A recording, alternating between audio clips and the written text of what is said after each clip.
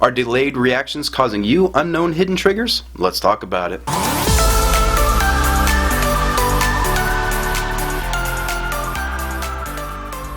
Hey health heroes, welcome back to Adamimmune, the channel about helping you improve your autoimmune health naturally. Today is going to be about delayed reactions. People have asked me to talk about this in the past after mentioning it, and I thought, yeah, just seems like a good time. Delayed reactions. This is kind of a weird idea.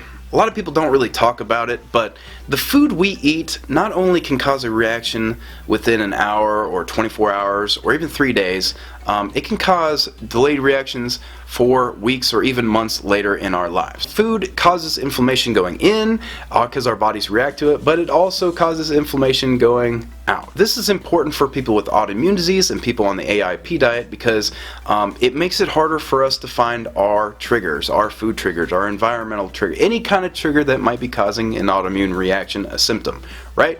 Okay, so this is why I think people give up a lot of the time. They just see these reactions over and over and they're like, where is this coming from? And it's mainly coming from the past, right? Months ago, or maybe let's say you have a sneak meal or a sneak junk food, or you just have this little vice that you just can't give up. For me, it was alcohol in the before time, okay? Well, it's not even the before time. After I started AIP, I was still drinking alcohol for probably a year. Now, I wasn't drinking a lot. I would just like have 1 or 2 drinks once every 3 months or even 6 months, and that was still hurting me. I just couldn't.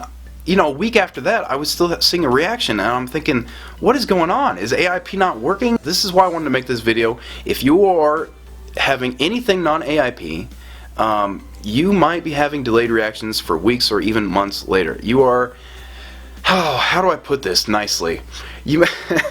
It might not be something that you want to even believe, but it is happening. It happens to all of us, all right? So some foods like grains and nuts and seeds and things like that might be triggering us, a day or two, but honestly, we're all going to be a little bit different as well, okay? We can't expect that the same foods are going to react the same way in all our bodies, but I can kind of give you an idea, right?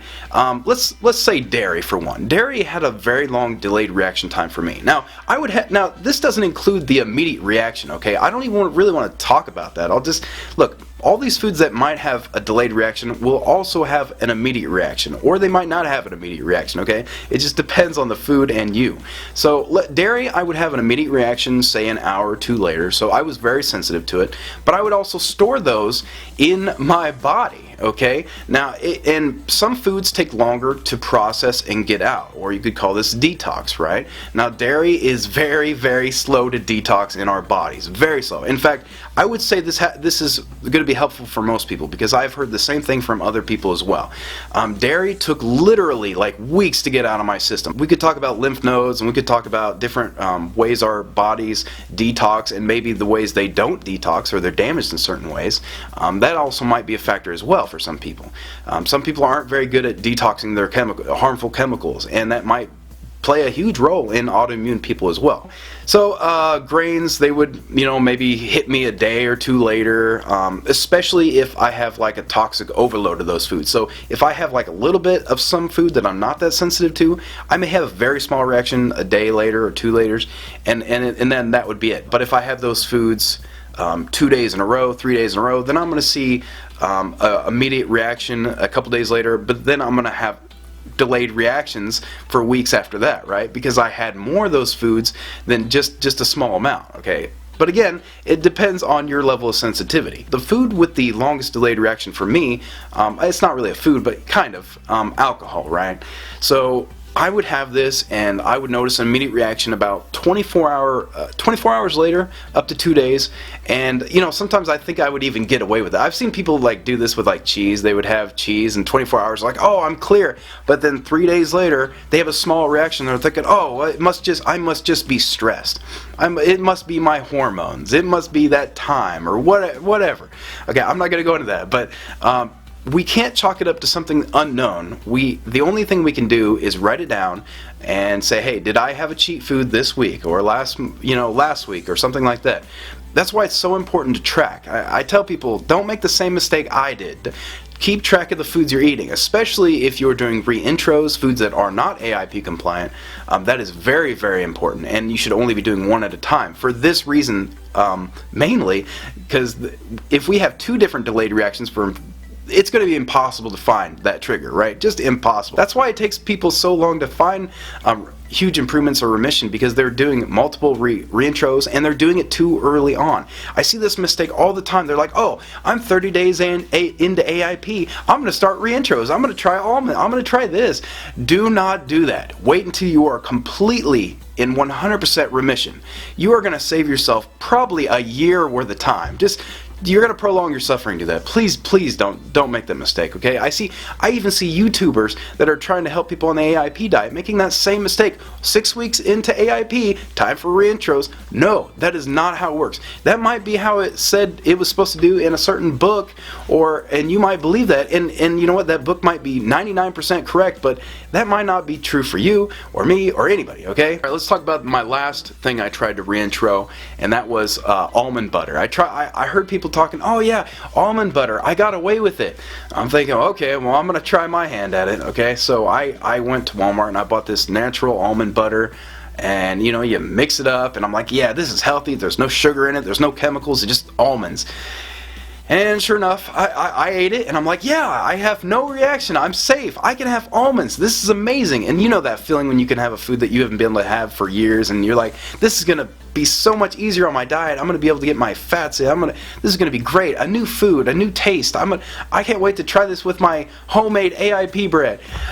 And unfortunately, 2 days later, I had a small reaction, and I had to sit down and think. I'm like, what was it? Could it possibly be anything other than the almonds? Please God, let it be stress. The best way to combat this kind of feeling is just to be blatantly honest with ourselves, right?